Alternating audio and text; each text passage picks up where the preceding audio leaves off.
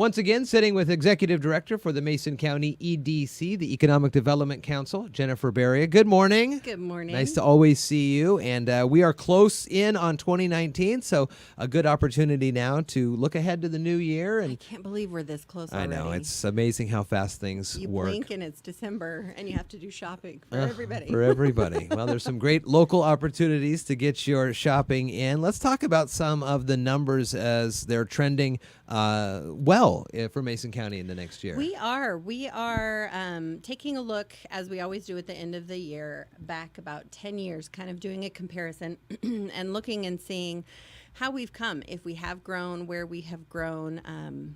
It's a pretty good outlook, although it's been interesting because with our report this year, we took a look at the different UGAs, not just Shelton or City of Shelton, but let's look at Allen and Belfair a little bit and see how that growth is happening. And a lot of our growth is happening outside of the City of Shelton. Are there easier ways to find these numbers in a city because it's an incorporated city versus the rest of the county, like Absolutely. Allen? Okay. And it has a lot to do with our rural area as well. If you were looking at rural areas in King County, since they have such a big urban base, they tend to track everything that happens around them.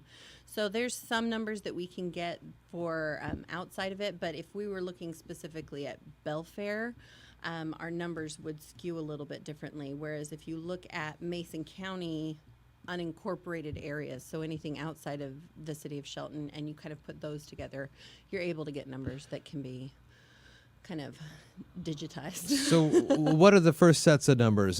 Taxable sales? Let's talk about that. I think that's our biggest one, and it shows our biggest growth. And I think City of Shelton has looked at theirs as well. They've held pretty steady across the last 10 years. And I think that we can kind of see that there hasn't been, they've now started looking at economic development within their boundaries. And the one big push that they did was to increase their city limits to incorporate the Shelton Hills project. Well, that hasn't moved forward yet. So as that moves forward, you'll see those numbers start to change some. But there hasn't been much in the way of notable growth. So you look outside of that at all of the unincorporated areas in Mason County, and we've essentially doubled in our taxable sales on that. Wow. In 2010-ish, it was at about 284 million. It's at 434 million right now. So looking at that jump and looking at how Shelton has stayed pretty similar, it's not a bad number for Shelton by any means, but it's definitely something that I think they're looking at. How do we increase sales within our borders as well? You start back 10 years ago, 2008, 2009, 2010, the country was in a massive economic depression, and we started to see that here in the Mason County area a few years after some of the bigger cities, that the trickle-down effect or whatever, however that worked. That's probably leading into seeing just such a massive growth. You say it's almost, From 2009, it's at least doubled. Yeah. It is interesting if you look at 2008, which is right before the recession really hit us. We're looking at our taxable sales at about 338 million. So if you took the recession out of it completely and disregarded that whole having to build back up to where we were number, we're still over. What's that? Make me do math on the fly. 100 million over where we were when we were sitting really good. Wow. Okay. Well, that's a good trend then. It is. It's a great trend. Although it is interesting to note that employment has held pretty steady within that time. So looking at the different causes for that. So making the workers are more productive then, I guess. Is that kind of more productive? I think the cost of the product kind of fluctuates as well, and that can have some bearing. Maybe they've opened a new market.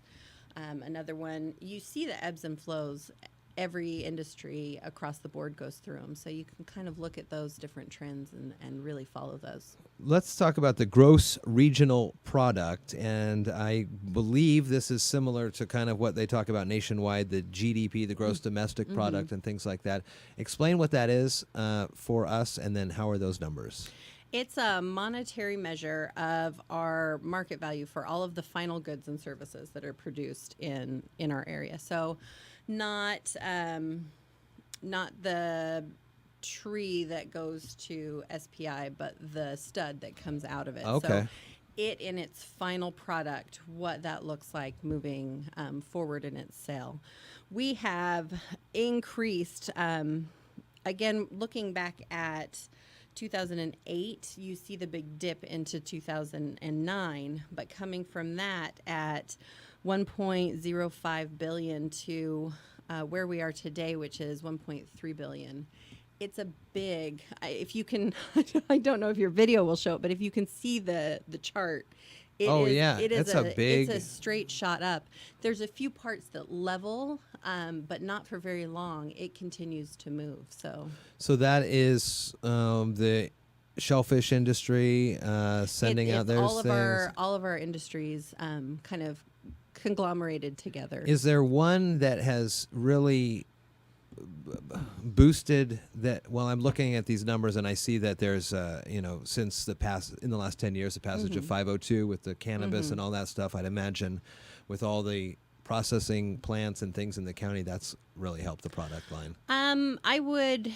I would say yes. I don't have the information on that, so that's a great question. Go back and take a look industry specific and see if we're seeing a boon from cannabis. Is an interesting one because it's reached a saturation point. So I think maybe in the last 2 or 3 years you'll see kind of a uptick from that, but it's going to level out until other states either legalize or that market opens up. Yeah. It's pretty You'll see a lot of changes within cannabis. I think. Wow. Okay.